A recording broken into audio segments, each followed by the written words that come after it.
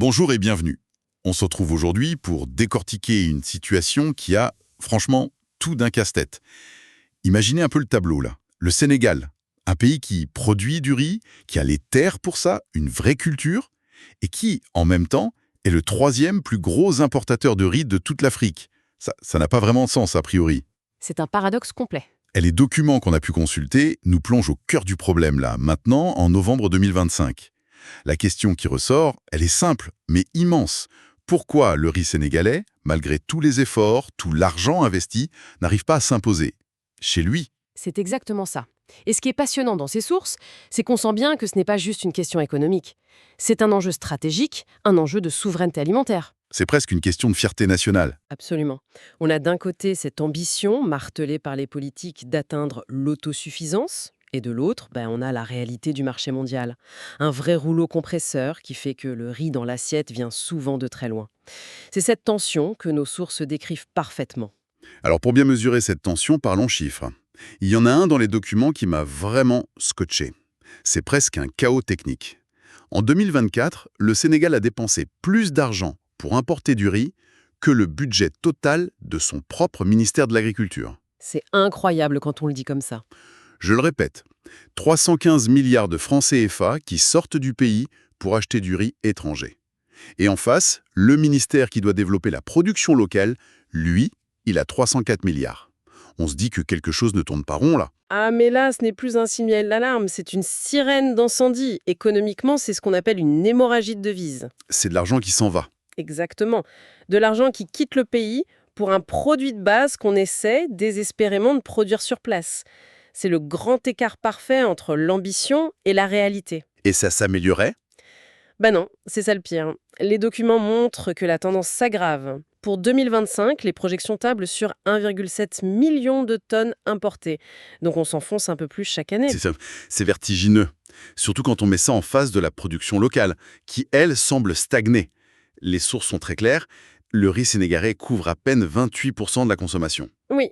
Ça veut dire que pour presque 3 assiettes sur 4, on dépend d'extérieur. Le fossé est énorme. Et pour nommer ce fossé, il y a une expression très forte dans les documents ONU. La non-disponibilité structurelle. Qu'est-ce que ça veut dire concrètement? Structurelle, c'est le mot-clé. Ça veut dire que ce n'est pas un accident, pas une mauvaise récolte, c'est que le système, dans son ensemble, est incapable d'assurer que le riz local soit disponible partout, tout le temps, en quantité suffisante. D'accord. Un commerçant à Dakar, par exemple, même s'il veut vendre du riz local, il n'est pas sûr de pouvoir en avoir 365 jours par an. Alors que le riz importé, lui, il arrive par bateau entier avec une régularité de métronome. Et ce vide est immédiatement comblé. Voilà. C'est une porte grande ouverte, une invitation aux importations. Et j'imagine que cette tension, à un moment, elle explose. C'est ce qui se passe en ce moment, en novembre 2025. On est en plein dedans. Les sources décrivent une situation de crise, la colère des producteurs de la vallée du fleuve Sénégal. Le grenier à riz du pays. Exactement. Et ils se retrouvent coincés. Avec des montagnes de riz sur les bras, on parle de 60 000 tonnes de riz blanc déjà prêt, et attention, 300 000 tonnes de riz paddy, le riz brut, qui ne trouve pas preneur. C'est absurde. Le pays importe massivement du riz, et en même temps, ses propres agriculteurs n'arrivent pas à vendre le leur. C'est là tout le paradoxe. Eux, ils parlent de concurrence déloyale, ils ont l'impression de se battre avec une main dans le dos. Et donc, face à ça, le gouvernement réagit en urgence, j'imagine. Oui, le 12 novembre, réunion de crise, protocole d'accord. On sort le kit de survie en quelque sorte. C'est-à-dire? 3 mesures principales. D'abord, on ferme le robinet, suspension des autorisations d'importation, les DIPA. Classique. Ensuite, on lit les choses. Pour avoir une autorisation d'importer plus tard, un importateur doit prouver qu'il a d'abord acheté du riz local. On les force un peu à jouer le jeu. Et enfin, on fixe un prix plancher de sortie d'usine à 350 francs CFA le kilo, pour protéger les producteurs. On met le marché sous cloche, en gros. C'est l'idée. Tenter d'écouler les stocks qui s'accumulent. C'est là qu'un détail dans les sources m'a interpellé. On nous dit que c'est du bis repetita. Que cette scène, on l'a déjà vue il y a 10 ans, en 2015. On a l'impression d'être dans une boucle. C'est une excellente remarque. Et la question c'est, est-ce qu'on répète exactement la même chose ? Et la réponse est non, si j'ai bien lu. La réponse est non. Les mesures se ressemblent, mais deux outils majeurs qui étaient là en 2015 manquent à l'appel cette fois-ci. Le premier, c'était un fonds de commercialisation de 5 milliards de francs CFA. De l'argent frais. Oui, de l'argent pour huiler les rouages, aider les rizeries à acheter le paddy aux agriculteurs sans attendre. Un soutien financier direct. D'accord. Et le deuxième? Le second, c'était une plateforme logistique pilotée par le ministère du Commerce pour, en gros, jouer les intermédiaires, organiser la distribution. En 2015, l'État n'a pas seulement régulé, il a mis la main à la poche et il a joué au chef d'orchestre. Et en 2025, plus rien de tout ça. Ni l'aide financière, ni l'aide logistique. On se demande pourquoi. Contraintes budgétaires, changement de philosophie. En tout cas, ça donne l'impression qu'on applique un traitement d'urgence, mais en version allégée. Du désinfectant qu'on avait utilisé la dernière fois. Ce qui pose la question de l'efficacité, évidemment. Bien sûr, est-ce que la réponse est à la hauteur? Si ces outils étaient jugés nécessaires il y a 10 ans, leur absence aujourd'hui n'est-elle pas un handicap? On a l'impression de traiter le symptôme, mais peut-être pas avec tous les bons instruments. Justement, en parlant des causes profondes, il y a cette idée reçue qu'on entend partout. Si le riz local ne se vend pas, c'est parce qu'il est trop cher. Et là, un des documents sort un chiffre, une bombe. Il est écrit noir sur blanc que sur les 10 dernières années, la différence de prix moyenne entre le riz brisé local et le riz brisé indien n'est que de 15 francs CFA. Ah. Attendez, je le relis parce que ça paraît fou. 15 francs. C'est rien du tout. C'est le prix d'un bonbon? Mais alors tout le débat public sur le riz local trop cher serait faux? Ça change tout? Ça pulvérise le mythe, hein. Pour moi, c'est l'information la plus importante de notre analyse. Si la différence n'est que de 15 francs, ça veut dire que le nerf de la guerre, ce n'est pas le prix sur l'étiquette. La bataille se joue ailleurs. Absolument.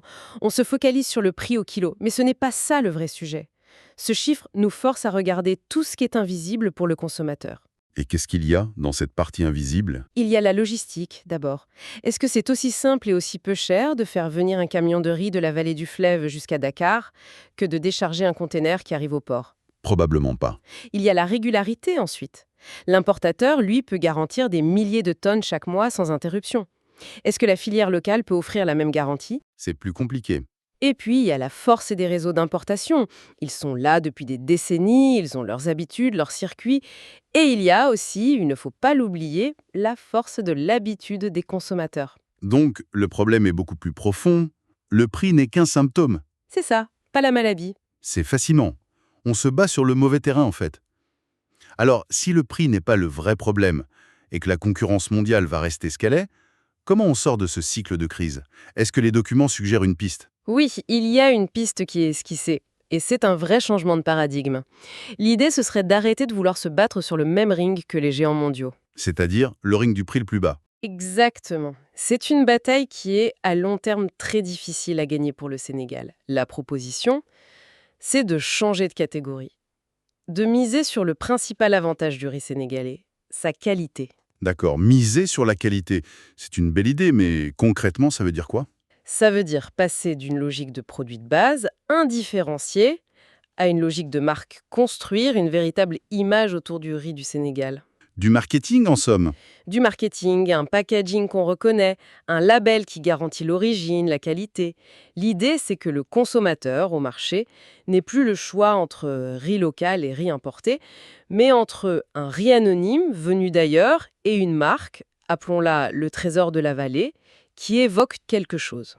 Qui raconte une histoire. Voilà, qui est un gage de goût, de qualité et qui soutient l'économie locale. Donc, si je comprends bien, l'idée, c'est de convaincre une partie des gens de payer un tout petit peu plus, non pas parce que c'est plus cher à produire, mais parce que c'est meilleur et que ça a plus de valeur. C'est exactement ça.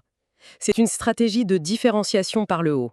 Au lieu de se demander comment être moins cher, on se demande comment être meilleur et reconnu comme tel. C'est un changement de mentalité complet. Pour tout le monde, du producteur au consommateur. D'accord, donc, si on fait le bilan, on a un pays avec une ambition de souveraineté alimentaire, mais qui est pris dans un piège.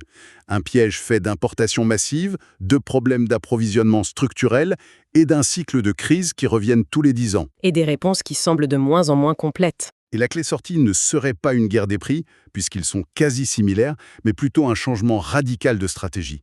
Faire du riz sénégalais une marque de qualité. C'est une excellente synthèse. Et j'aimerais qu'on s'arrête sur un dernier détail. Un chiffre qui peut paraître anodin. Je vous écoute.